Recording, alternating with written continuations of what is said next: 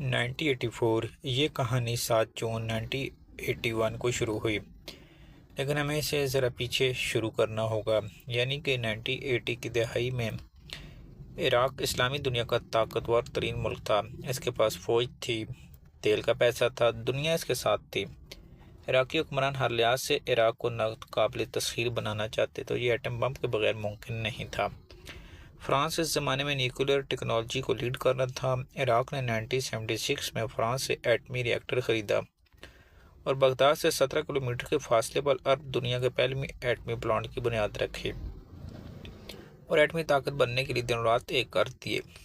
عراقی nuclear site French زبان میں اوسیروک اور عربی میں تیموس کہلاتی ہے۔ تیموس بابلی دور میں مہینے کا نام تھا۔ صدام حسین کی سیاسی پارٹی تیموس کے مہینے میں بنی، لہذا صدام حسین نے نیوکلیئر سائٹ کا نام تیموس رکھ دیا۔ عراق کے ایٹمی پروگرام سے دو ملکوں کا خطرہ تھا، ایران اور اسرائیل۔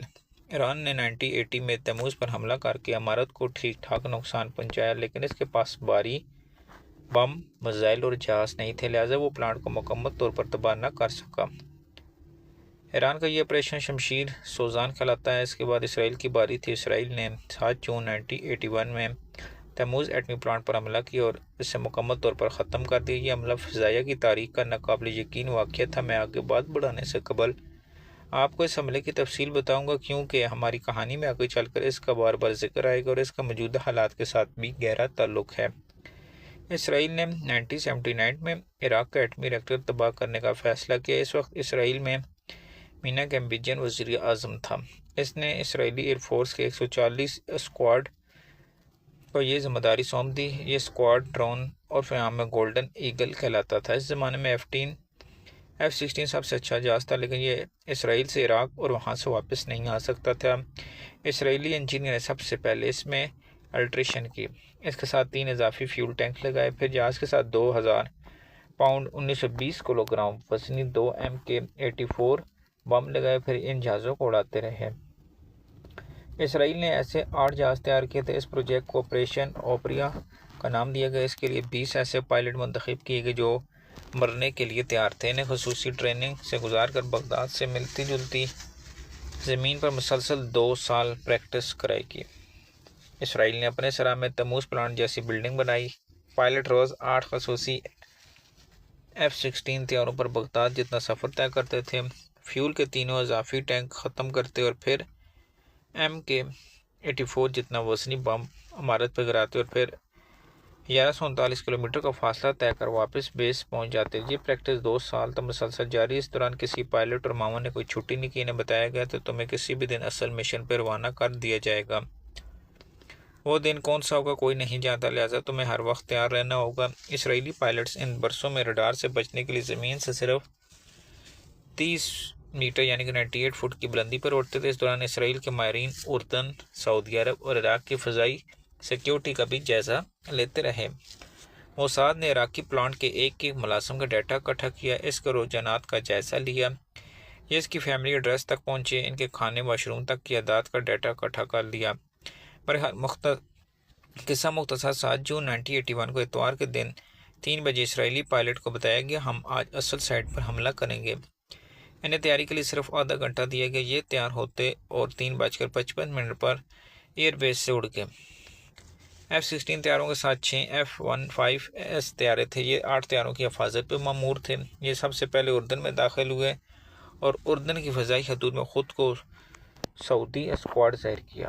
ان کے پاس سعودی عرب کے تمام کوڈ اور فنکشنل انفارمیشن تھی۔ یہ وہاں سے سعودیہ حدود میں داخل ہوئے خود کو اردنی ایئر فورس ظاہر کیا۔ ان کی کمیونیکیشن اتنی زبردست تھی کہ اردن اور سعودیہ عرب کو ذرا برابر شک نہیں۔ اردن کے شاہ حسین اس وقت اسرائیل کی سرحد پر واقع عقب پورٹ پر اپنے بحری جہاز میں چھٹیاں منا رہے تھے۔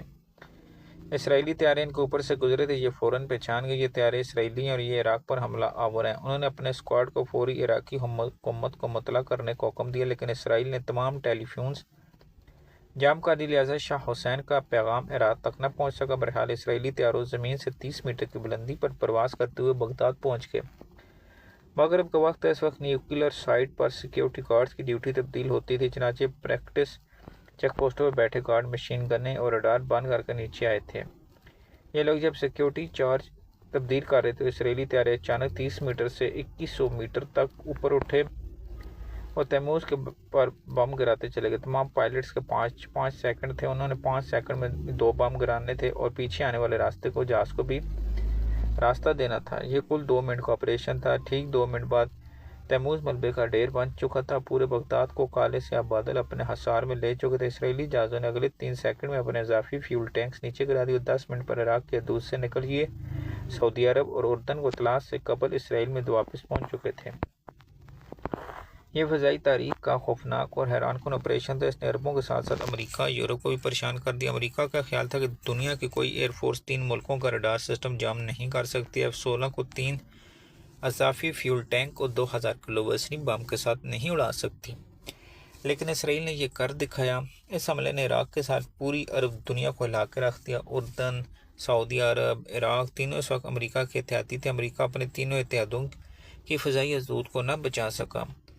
امریکہ اور فرانس عراق پر حملہ روکنا تو دور سے بروقت اطلاع بھی نہ دے سکا۔ اس صورتحال نے سب سے زیادہ سعودی عرب کو پریشان کیا۔ کیوں؟ اس کی 2 وجوہات تھی۔ سعودی اپنی سیکیورٹی کے لیے امریکہ کا $100 بلین سے زیادہ ادا کر چکا تھا، لیکن امریکی مشینیں سعودیہ فضا میں اڑتے اپنے ہی تیار شدہ طیارے F-16 کا اندازہ نہ کر سکی۔ دوسرا، سعودی شاہی خاندان اپنی سلامتی کے بارے میں بہت حساس ہے، چنانچہ سعودیہ نے پہلی بار اسلامی دنیا سے اپنا محافظ تلاش کرنا شروع کیا اور اس کی نظر پاکستان پر آ کے ٹھہر گئی۔ کیونکہ اس کے بھی 2 وجوہات تھی۔ پہلی وجہ پاک فوج تھی۔ پاکستان نے کسی بھی حالات میں فوجی تیاری پر کمپرومائز نہیں کیا۔ پاکستان میں ڈکٹیٹر بھی آتے رہے، مارشل لا بھی لگتے رہے اور ملک بھی ٹوٹ گیا، لیکن قوم نے اس کے باوجود فوج پر سمجھوتا نہیں کیا۔ دوسرا، پاکستان اس زمانے میں دنیا کا وہ واحد ملک تھا جس نے سوویت یونین جیسی طاقتوں کے ساتھ متھا لگا لیا تھا۔ افغان وار تازہ شروع ہوئی تھی اور یہ حقیقت تھی۔ یہ جنگ امریکہ اور اتحادیوں کی رضامندی کے بغیر جنرل ضیاء الحق نے اپنے بل بوتے پہ شروع کی تھی اور پاک فوج نے مجاہدین کی مدد سے روس کو بھی ہرا لیا۔ عرب صحرائی لوگ ہیں۔ اللہ تعالیٰ ہمیشہ صحرائی لوگوں کو دور تک دیکھنے کی صلاحیت سے نوازتا ہے۔ چنانچہ عرب نے فوراً اندازہ کر لیا کہ پاکستانی لوگ ڈھنڈر ہیں، اس کی فوج مرنے سے نہیں ڈرتی، یہ اپنے ہتھیار خود بنا رہے ہیں، یہ ایٹم بم کے قریب بھی ہیں اور پاکستان میں فوج کبھی بھی کمزور نہیں ہوگی۔ چنانچہ سعودی عرب نے پاکستان کے دفاعی مساعدے پر گفت و شنید شروع کر. یہ سلسلہ 3 سال جاری ہے، یہاں تک کہ 1984 میں سعودیہ کے ساتھ پاکستان کا پہلے دفاعی معاہدہ ہو گیا. عرب اسرائیلی حملے کے بعد یہ جان چکے تھے کہ اگلی تمام لڑائیاں فضائی ہوں گی. چنانچہ انہوں نے پاکستان کے ساتھ معاہدہ کیا آپ ہماری بڑی فوج کے ساتھ ایئر فورس کو بھی ٹرین کریں گے. 1984 میں پاک فوج کے 2500 جوان اور افیسر سعودی عرب کے انہوں نے سعودی افسروں اور جوانوں کی ٹریننگ شروع کر دی. یہ سلسلہ سن 2025 تک جاری رہا. سعودی عرب نے 41 برسوں میں اس معاہدے میں ایک کامہ اور فل سٹاپ بھی تبدیل نہیں کی. یہ معاہدہ ٹائپ ہوا تھا، اس کے بعد کمپیوٹر آ گیا، لیکن معاہدہ آج تک ٹائپ شدہ حالت میں جوں کا توں ایسے کسی نے کمپیوٹرائز کرنے کی کوشش بھی نہیں. لیکن پھر سن 2025 اور عرب ایک بار پھر 1984 جیسی صورتحال کا شکار ہو گئے. لیکن اس سے قبل اپریل سن 2025 کا ٹیسٹ ہے اور پاکستان نے افغان وار کی طرح دنیا کو ایک بار پھر ہلایا. یہ ہم آپ کو اگلے کالم میں بتائیں گے. ناظرین، اگر آپ اس چینل پہ نئے ہیں تو پھر آپ چینل کو سبسکرائب کریں کالم سننے کے لیے، اور کوشش کریں گے ساتھ ٹائم نکالیں گے اردو پڑھنے بھی سیکھ جائے.